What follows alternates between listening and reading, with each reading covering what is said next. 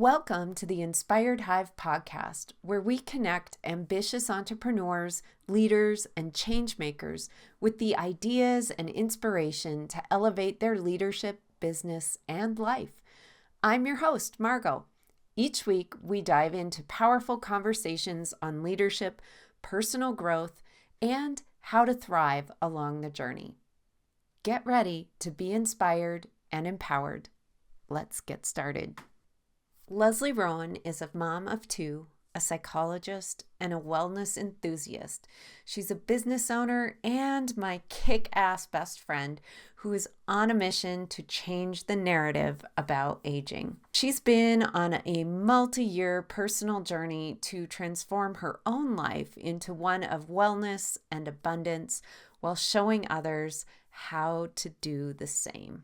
I am so excited she's here to chat with us today.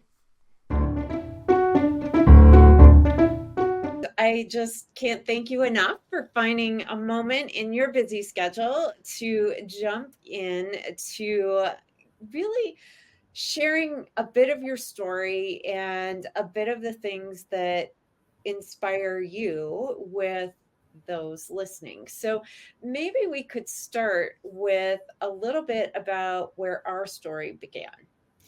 And I know you were thinking I was going to ask you where your story began, but if we start with our story, perhaps that'll kind of broaden it out a little bit. I love when you tell it, and I'm going to toss it over to you to share a little bit. I love telling this story. So our story began 24 years ago this fall, and it's important to tell it as our story because our lives have been so intermingled since that day.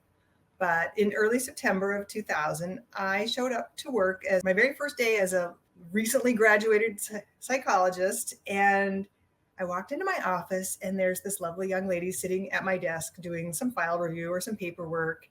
And it was you, Margot. And you were very pleasant and you're like, oh, no, I can move. And I'm like, no, you're fine. I have to go up to HR. And I didn't realize it quite at that moment, but I had just met my sister from another mother, the woman that would be my best friend, my colleague, my everything for 24 years. And we've navigated, every challenge that adulthood can throw at us, pregnancy and miscarriage and the loss of parents and divorce and financial stress and business opening and business moving and, you name it. We have done all of the things, all the while trying to find our own way and our own purpose of what difference are we going to make in the world.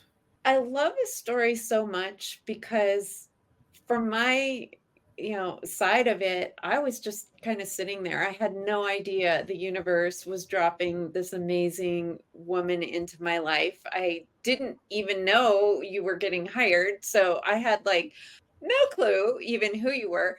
Our departments were quite separate, but we had shared space. To me, our story is one of inspiration from the start, of realizing that there's something larger that brings people together, and how we choose to look at that or how we choose to navigate it can make such a big difference in people's lives. Right. And I think it really shows too, you just never know.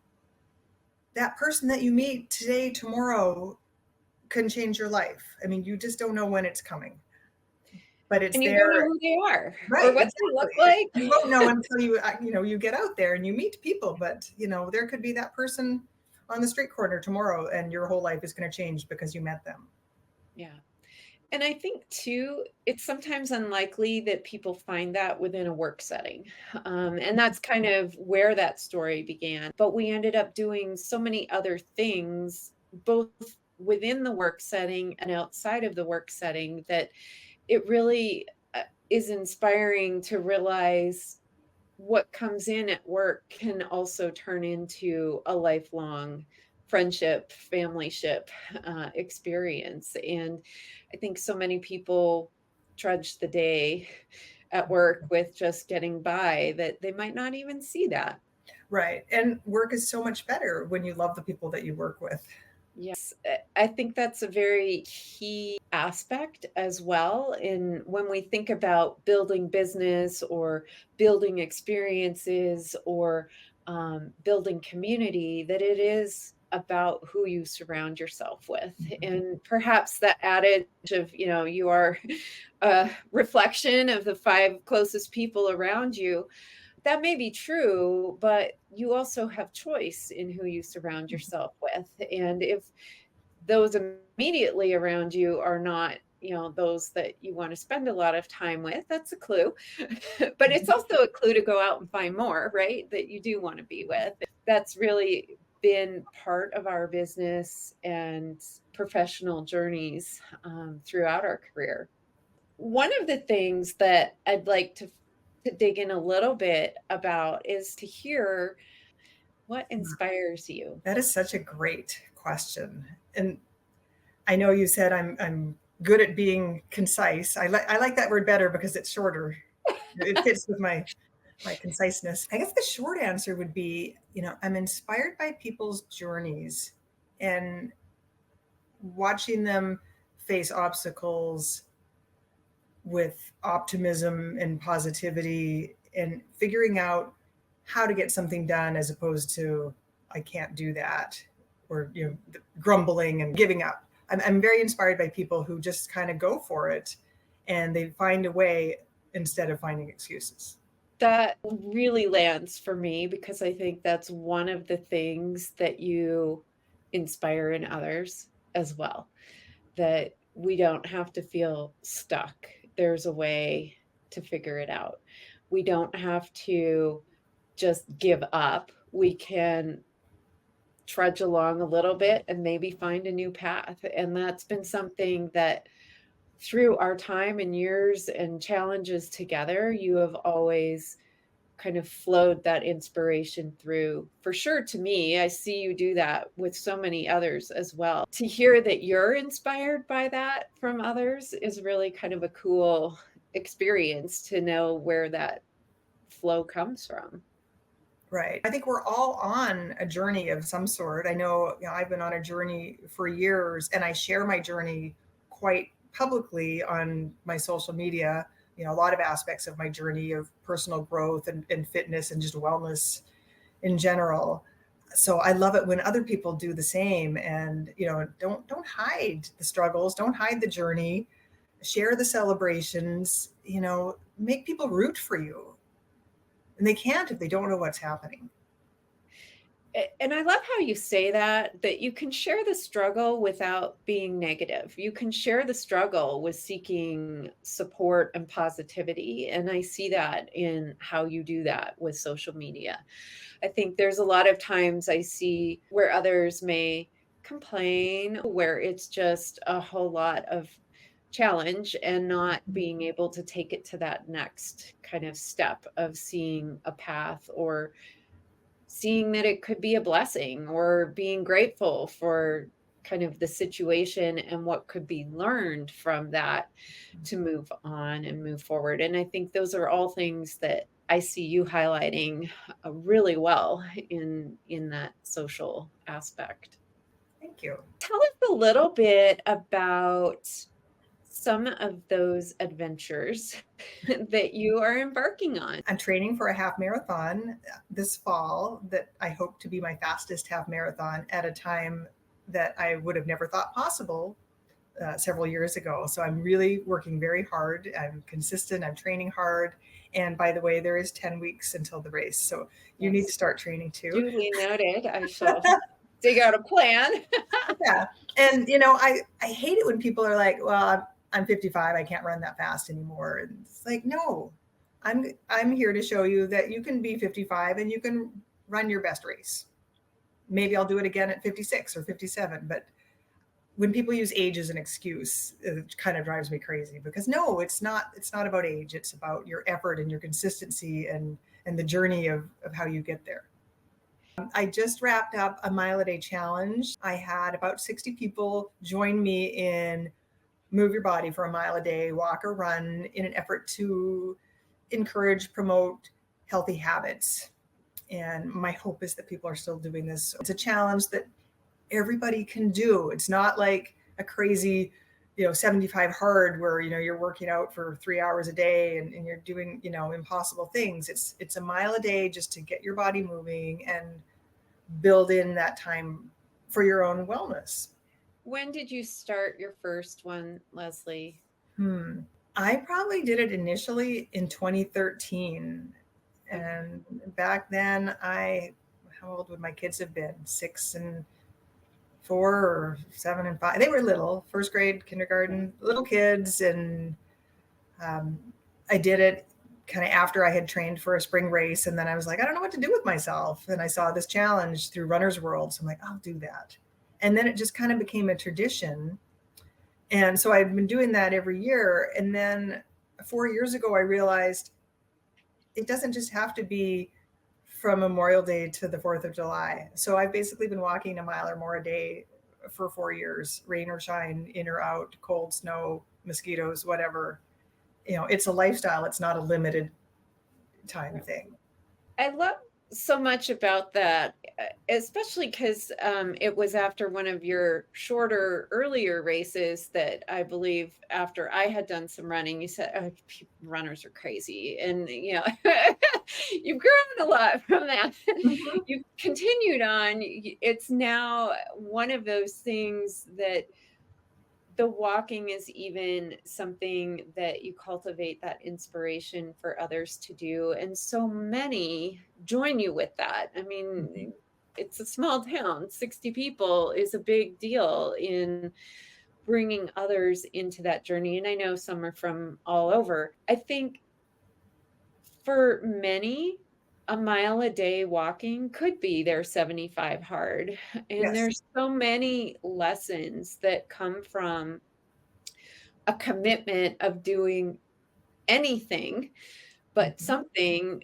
health-wise or business-wise, small or big, but consistently day in, day out, rain or shine. You learn about excuses don't matter. They're not going to get you to your goal. And I know you've had some feedback from folks about how awesome it is and what they've shared with you. I don't know if you have some things you can share with us, but have there been some of those moments that people are surprised at what they're able to accomplish? No, absolutely. And I think one of the things that people love the most is the accountability. Mm-hmm. It's so much easier to do this when you're part of a group or you have an accountability partner. And that's one of the things I always recommend to anyone when you're starting a new habit. Find that accountability person, the one who's either going to do it with you or the one that's going to hold you to doing what you said you were going to do. They may be different people. Mm-hmm. Yeah. But they're both important. If you find it in one, that's even more awesome. Yes.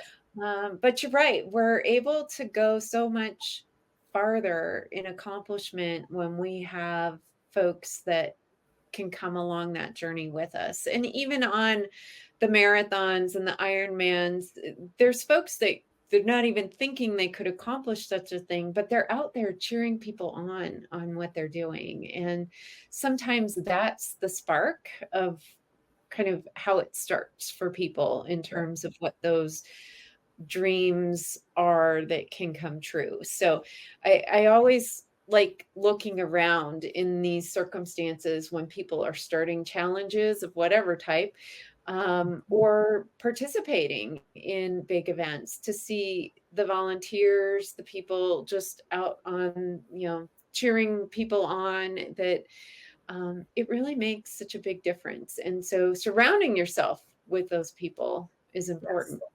Yes. And there's such big energy when you participate in one of these events, whether you're manning a water stop at a race or you're running your first 5K. There's energy at that start line. There's music, there's fun.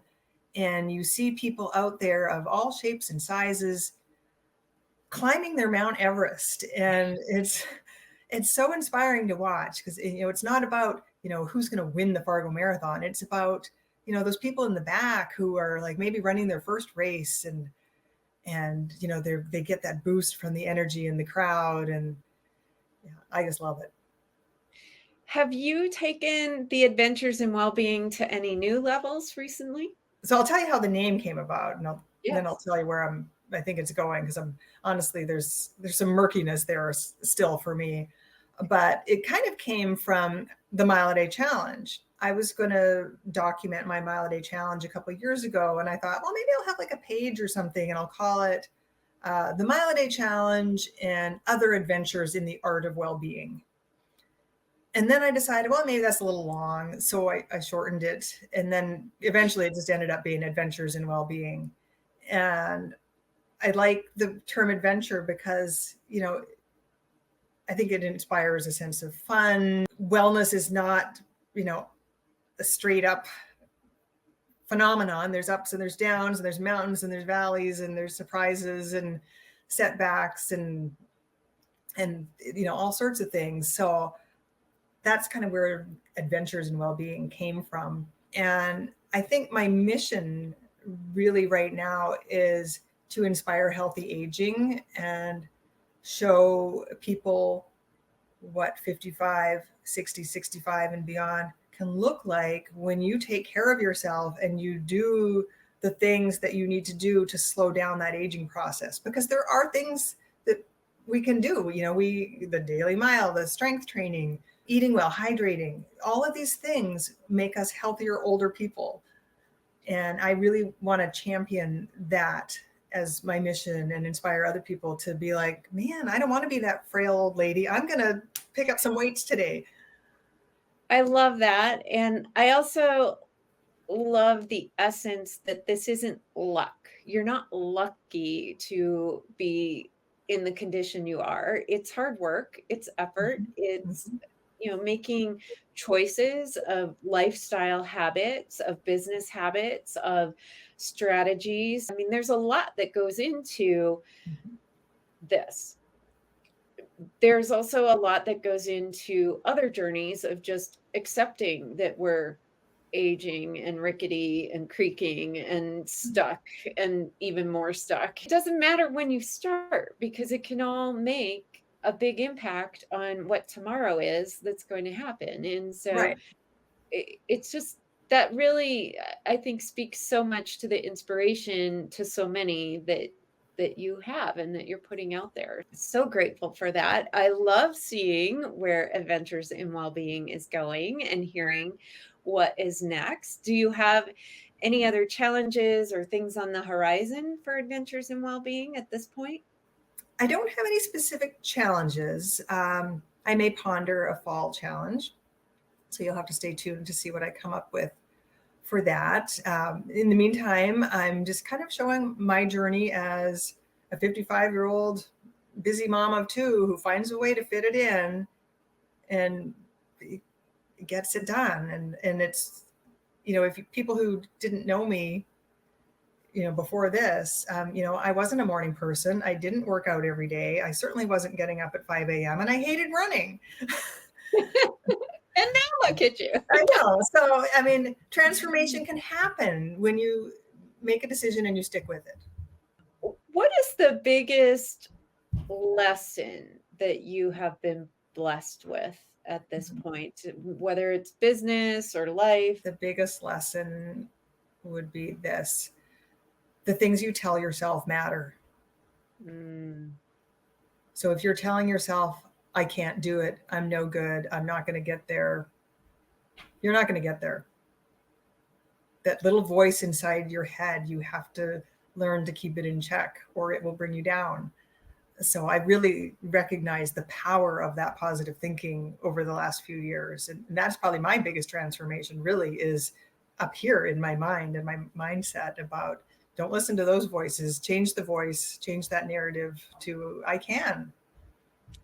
I love that. And that is part of surrounding yourself and surrounding your community with that positivity. And yes, I will echo that in saying Leslie is the very first person to be uttering these things out loud as we're running. And we have another coach who's always on the dialogue that Leslie has going on. And smiling will make it. Smiling makes it feel better. I am so honored that you joined me today. I'm so grateful for the bestest best friend in the world. And I am grateful for all of you for hopping on and sharing time with us today as well. I'm going to sign off today with my gratitude for you, Leslie, and my favorite quote from John Quincy Adams.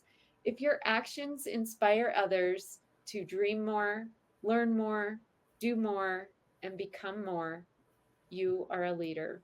Thanks so much for joining me today on the Inspired Hive podcast. Stay connected by following us at Inspired Hive Podcast on social media.